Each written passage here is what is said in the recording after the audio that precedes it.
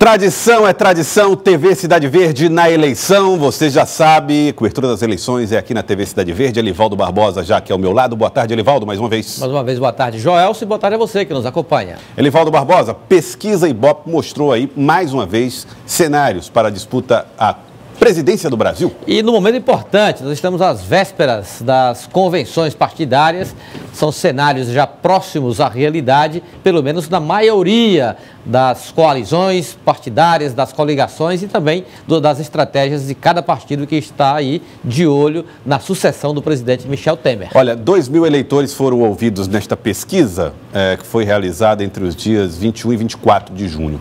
Vamos ver aqui como é que está o cenário eleitoral. Primeiro turno, eleição presidencial, cenário com o ex-presidente Luiz Inácio Lula da Silva presente, hein? Se Luiz Inácio Lula da Silva concorrer, tem 33% das intenções de voto nesse momento. Em segundo lugar, Jair Bolsonaro, do PSL, com 15%. Marina Silva, do Rede, 7%. Ciro Gomes, do PDT, 4%. Geraldo Alckmin, do PSDB, aparece com 4% também. E Álvaro Dias, do Podemos, 2%. São os números do Ibope para as eleições presidenciais. Manuela Dávila, do PCdoB, 1%. Fernando Collor de Mello, do PTC, 1%. Flávio Rocha, do PRB, 1%. Levi Fidelix, PRTB, 1%. Não opinaram, ninguém disse que votaria em João Goulart Filho, hein? Outros, 1% e 2%, entre 1% e 2%, brancos e nulos 22%, não sabem, não responderam 6%. Elivaldo Barbosa, o ex-presidente Lula, continua vencendo a corrida. É um cenário que não muda muito em relação ao último levantamento do Ibope e CNI. Mostra aí o ex-presidente Lula com o dobro, mais que o dobro das intenções dos seus adversários mais próximos, ou seja, do Jair Bolsonaro, e aí uma dispersão muito grande em relação às demais candidaturas, ficando muito abaixo aí até dos 10 pontos percentuais, e com partidos importantes como o MDB, PSDB, Democratas, PSD, enfim, as principais legendas de atuação política do país não aparecem bem aí nessa pesquisa, confirmando em mais essa sondagem feita pelo Ibope. Sondagem que foi feita pelo Ibope entre o dia 21 e 24 de junho, repito, o registro é o BR 02265/2018, registrado no Tribunal Superior Eleitoral. Vamos a outro cenário, Elivaldo Barbosa, primeiro turno das eleições presidenciais, cenário sem o ex-presidente Luiz Inácio Lula da Silva. Se Luiz Inácio Lula da Silva não entra na disputa, Jair Bolsonaro aparece em primeiro lugar, com 17%, Marina Silva, do Rede, 13% em segundo lugar, Ciro Gomes, do PDT, tem 8%, Geraldo Alckmin, PSDB, 6%, Álvaro Dias, do Podemos, aparece com 3%, Fernando Collor de Mello, do PTC, 2%.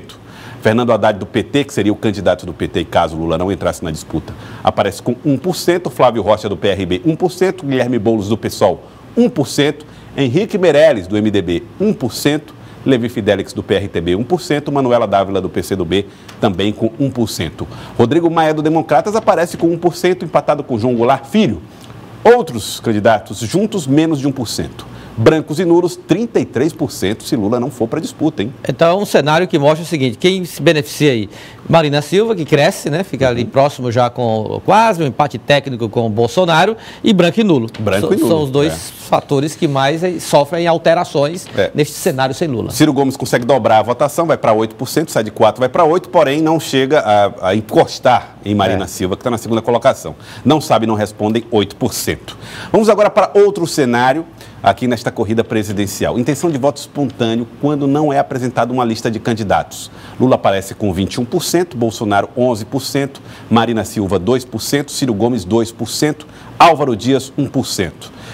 Temos mais nomes? Geraldo Alckmin 1%, João Amoedo do Novo 1% e outros 1% e 3%. Brancos e nulos 31%, não sabem, não respondem 28%. É aquelas pessoas que são lembradas sem a necessidade de anotar nomes ou de apresentar nomes, né? É a audiência, né? É a audiência de fato. Essa pesquisa ela é importante, é espontânea, porque exatamente testa já uma intenção razoavelmente consolidada do eleitor. Em quem você vai votar? Você expressa ali o voto. Então aparece numa posição muito sólida Lula, por quê?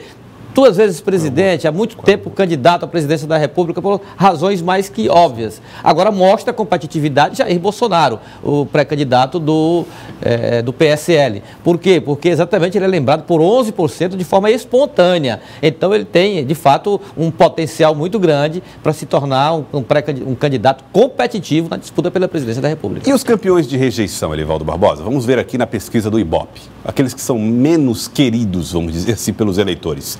Fernando Collor de Mello, do PTC, tem 32% de rejeição. Jair Bolsonaro aparece em segundo também com 32%. Há um empate aí entre os dois. Seriam os mais rejeitados entre os eleitores brasileiros. Luiz Inácio Lula da Silva em terceiro com 31%, muito próximo aí, já que a margem de erro é 2%. Você tem aí um cenário de empate de rejeição entre Fernando Collor, Jair Bolsonaro e Luiz Inácio Lula da Silva. Geraldo Alckmin aparece com 22% como rejeição.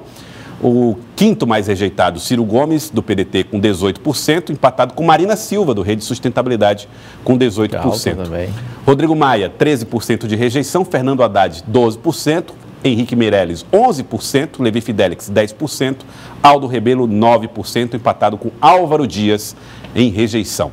Flávio Rocha, do PRB, tem 9% de rejeição, empatado com Guilherme Boulos, João Goulart Filho e Manuela Dávila, do PCdoB. João Amoedo, do Novo, tem 8%, Guilherme Afif Domingos, 8% também de rejeição, Paulo Rabelo, 8%, Valéria Monteiro, 8%, poderia votar em todos, 2%, não sabe, não responderam, 11%. A rejeição é um dado importante porque ele mostra um potencial de crescimento. Se você tem uma rejeição baixa, é sinal que você pode crescer. O problema é que os que têm rejeição razoavelmente baixa não têm demonstrado assim competitividade até agora na pré-campanha presidencial. E os pré-candidatos que estão à frente têm também que enfrentar, que administrar essa situação de uma elevada rejeição.